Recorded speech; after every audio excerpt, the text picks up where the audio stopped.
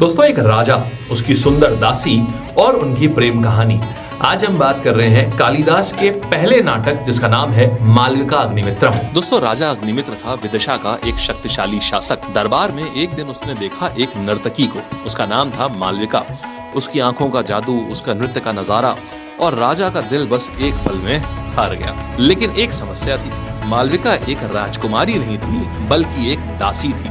वो रानी के साथ बंदी बनकर महल आई थी। रानी धरा, जो कि महाराज अग्निमित्र की वाइफ थी, वो राजा के इस नए जज्बात से उनको जलन होने लगी। कैसे राजा को मालविका के लिए थोड़े प्रेम के बाण चलने लगे।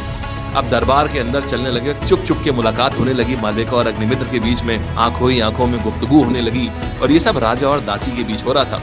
और रानी की निगाहों में जलन की आग जो है ये भड़कने लगी। रानी हर कोशिश करती कि दोनों को एक दूसरे से दूर रखा जाए और दरबार के मंत्री भी रानी की तरफदारी करते और मालविका की पहचान और जिंदगी बिल्कुल एक खेल बन गई थी। लेकिन राजा अग्निमित्र, उसका दिल हार चुका था और मालविका के भी जज्बात काफी ज्यादा बदलने लगे थे राजा के लिए। ये प्रेम कहानी एक तरफ इश्क का जुनून थी और दूसरी तरफ समझ और राजनीति की दीवार।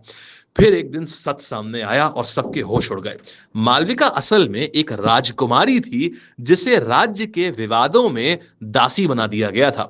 जिस लड़की को राजा ने एक दासी समझकर चाहा, वो असल में उसके बराबर की शाही खून से थी। रानी का गुस्सा भी इस बात पे ठंडा हो गया, पिघल गया और जो दरबार की दीवारें थी वो गिर गईं और प्रेम को फाइनली अपना हक मिल गया। और इसी प्रकार से कालिदास लिखते हैं कि राजा अग्निमित्र और मालविका का मिलन हुआ, उनका विवाह हो गया।